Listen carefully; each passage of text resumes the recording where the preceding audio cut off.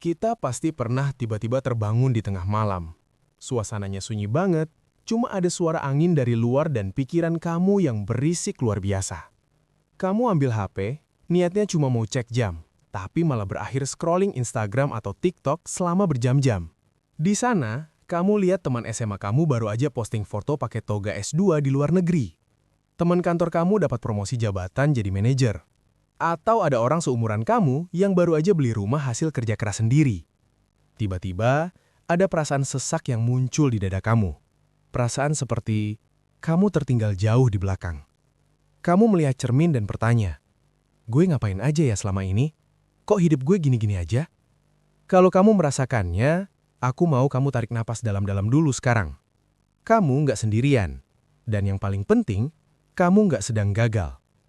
Perasaan tersesat di usia 20-an ini sebenarnya punya nama. Sering disebut quarter life crisis, tapi aku lebih suka menyebutnya sebagai the great unknown. Kita merasa tersesat karena sebenarnya kita sedang dipaksa menavigasi hutan belantara tanpa peta yang jelas. Dan itu wajar banget. Alasan pertama kenapa ini terjadi adalah karena apa yang disebut sebagai paradox of choice. Coba pikirkan. Zaman orang tua kita dulu, pilihan hidup itu sangat linear dan terbatas. Lulus sekolah, cari kerja di satu perusahaan, kerja di sana sampai pensiun, menikah, punya anak, selesai. Tapi sekarang, kita hidup di era di mana pilihannya tak terbatas. Kamu bisa jadi content creator, bisa kerja remote buat perusahaan di Amerika, bisa jualan online, bisa jadi atlet e-sports, apa saja. Tapi masalahnya, saat semua pintu terbuka, otak kita justru mengalami paralisis. Kita takut banget kalau kita pilih jalan A, kita akan kehilangan kesempatan emas di jalan B. Ketakutan akan penyesalan inilah yang bikin kita akhirnya nggak melangkah kemana-mana. Kita cuma berdiri di depan pintu-pintu itu sambil merasa cemas, dan akhirnya kita merasa tersesat padahal yang sebenarnya terjadi, kita cuma sedang bingung memilih. Lalu, kita diperparah oleh alasan kedua, yaitu the highlight reel trap. Ini adalah racun terbesar generasi kita. Di media sosial, orang-orang hanya membagikan 1% momen terbaik dalam hidup mereka. Kemenangan, liburan, dan pencapaian. Mereka nggak pernah posting momen saat mereka nangis karena revisi ditolak bos, atau saat mereka merasa kesepian di kosan karena nggak punya uang buat nongkrong. Tapi sialnya, kita membandingkan behind the scenes hidup kita yang berantakan dengan highlight reel orang lain yang dipoles sempurna. Kita merasa orang lain sudah sampai di garis finish, padahal kita nggak tahu berapa kali mereka jatuh bangun. Ingat satu hal ini. Kamu sedang membandingkan proses belajarmu dengan hasil akhir orang lain.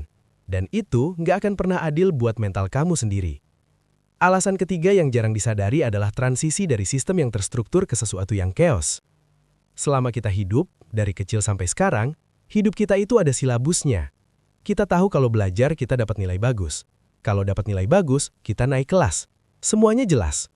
Tapi begitu lulus dan sudah mulai bekerja, boom, silabus itu hilang. Tiba-tiba nggak ada lagi guru yang kasih tahu apa tugas selanjutnya. Nggak ada lagi nilai A atau B yang menentukan kamu sukses atau enggak.